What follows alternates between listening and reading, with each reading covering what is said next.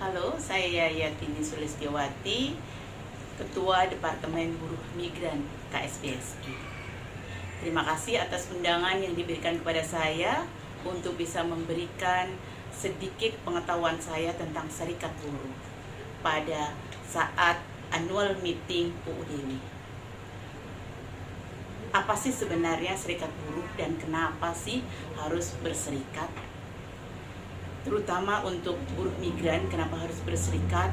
Karena buruh migran banyak mengalami kerentanan trafficking, kerentanan overcharging, tidak dibayar, kekerasan, dan lain sebagainya.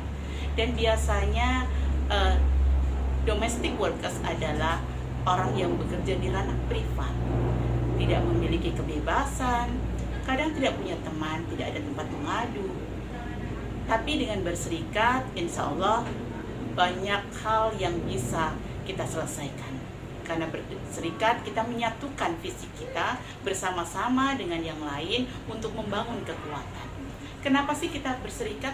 Untuk buruh migran udah jelas tadi, banyak kerentanan, terus banyak mengalami kekerasan, kadang juga mengalami pembulian dan lain sebagainya, dan tidak ada orang lain yang paham.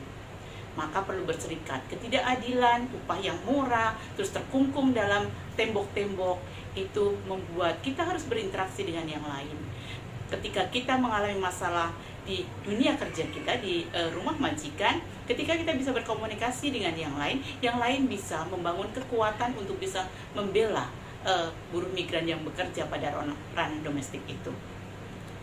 Kekerasan, kadang juga peran pemerintah yang kurang berpihak kepada buruh migran, terus upah yang rendah, adanya hukum yang tidak berpihak kepada buruh migran karena bekerja di negara tujuan yang tidak ada unggang-unggang, apalagi bekerja pada ranah domestik.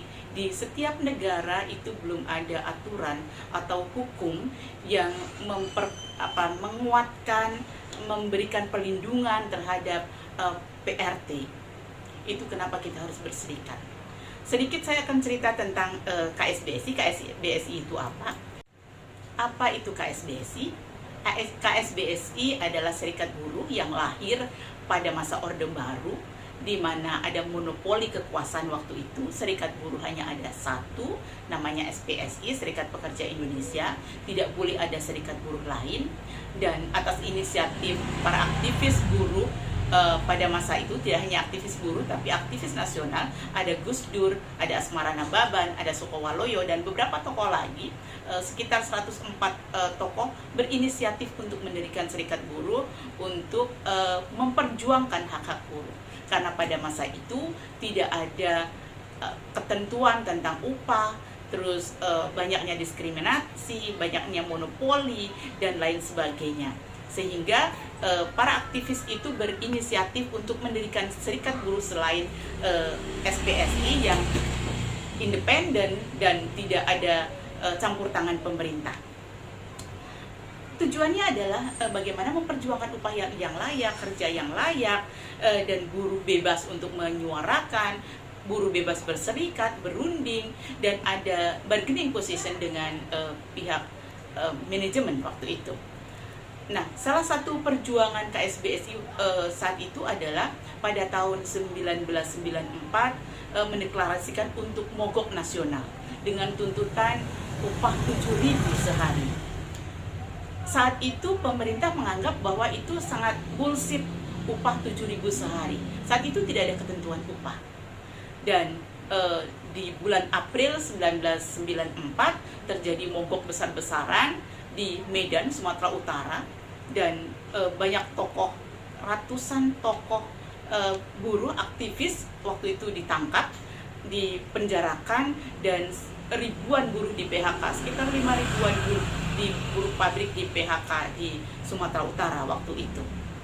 Tapi hasilnya adalah di 1995 itu pemerintah mengeluarkan kebijakan tentang upah minimum regional, yang upah minimum regional waktu itu, yang saat ini sudah ada UMP, UMK, dan lain sebagainya. tetapi juga diinisiasi pada perjuangan buruh waktu itu. Memang akhirnya ada hasilnya, hanya dengan pergerakan bersama-sama akhirnya mendapatkan hasil. Ada ketentuan upah yang akhirnya setiap tahun itu bisa kita perjuangkan, adanya upah minimum provinsi atau upah UMR, upah minimum regional. Dalam sejarahnya KSBSI dianggap serikat buruh tanpa bentuk, OTB waktu itu, karena pemerintah hanya mengakui satu-satunya serikat pekerja seluruh Indonesia, SPSI. KSBSI dianggap organisasi tanpa bentuk, jadi organisasi yang dimusuhi, organisasi yang selalu dimata-matai setiap kegiatannya, bahwa itu dianggap ada underbaunya PKI dan lain sebagainya. Tetapi tidak surut, tidak mundur, dan bahkan mendapatkan dukungan dari internasional. Di internasional itu ada dua serikat buruh waktu itu, dua serikat buruh besar, namanya WCL, World Confederation of Labor, dan satu lagi namanya ICFTU, International Confederation Free Trade Union, atau disebut ICFTW. Dan KSBSI melamar dua-duanya, dan kedua serikat buruh internasional itu sangat mendukung keberadaan KSBSI. Dan WCL, World Confederation Labor, lebih dulu meminang KSBSI untuk menjadi anggota afiliasi. Jadi 1996 KSBSI, waktu itu namanya masih SBSI, belum berbentuk konfederasi, resmi menjadi anggota organisasi WCL. Jadi satu-satunya serikat buruh di Indonesia yang menjadi, dan memang baru ada dua waktu itu, menjadi anggota serikat buruh internasional. Tetapi dalam perjalanannya, dari dua serikat buruh internasional tadi, WCL dan ICFTU tadi, pada tahun 2006 itu mereka mendeklarasikan menggabungkan diri menjadi satu serikat buruh yang kuat. Jadi saat ini ada satu-satunya serikat buruh di internasional, namanya ITUC, International Trade Union Confederation. Itu adalah gabungan dari WCL dan dari ICFTU, dan di mana KSBSI menjadi anggota dari serikat buruh tersebut.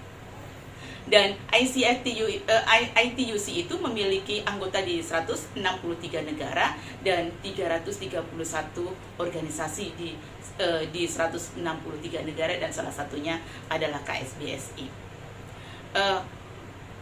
Kenapa sih buruh migran harus berserikat dan tidak hanya sendiri gitu kan? Kenapa hanya saya mengapresiasi berdirinya UUDW. UUDW notabene adalah kalian yang bekerja di Hong Kong gitu dan menjadi pekerja domestik, ternyata kalian punya niat yang cukup kuat menginisiasi diri kalian untuk bergabung dengan serikat buruh. Itu saya bilang jempol dua, saya acungkan jempol dua kepada kalian, karena untuk berada di negara orang itu tidak mudah.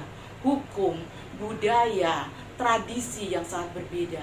Sementara kalian bisa menyatukan visi kalian dengan sesama orang Indonesia yang bekerja di ranah domestik, bisa menyatukan diri untuk membangun kekuatan. Itu adalah hebat. Saya acungkan jempol sekali lagi, hebat. Dan kalian juga jangan hanya berkutat kepada UUDW aja di sekitaran Hong Kong. Kalian juga harus menyatukan diri kepada Asia, serikat buruh di Asia, regional dan internasional. Seperti yang KSBSI alami. Ketika KSBSI berjuang di Indonesia sendiri, waktu ada kekuatan massa. Tetapi ketika ada dukungan secara internasional, itu responnya jauh-jauh lebih besar. Ketika KSBSI mengalami penindasan, mengalami penangkapan dan dipenjarakan, itu dukungan internasional, dukungan organisasi secara internasional itu cukup kuat untuk mempressure presiden, mabes, dan kekuatan-kekuatan negara. Itu yang akhirnya pada salah satu kekuatannya adalah pada 1998 adanya reformasi. Dan perlu kalian ketahui ketika 1998 reformasi itu dari kalangan mahasiswa organisasi buruh saat itu adalah KSBSI juga terlibat di situ. 5 hari menduduki DPR, dan di situ bukan KTP, bukan paspor yang diakui ketika ada BEM mahasiswa dan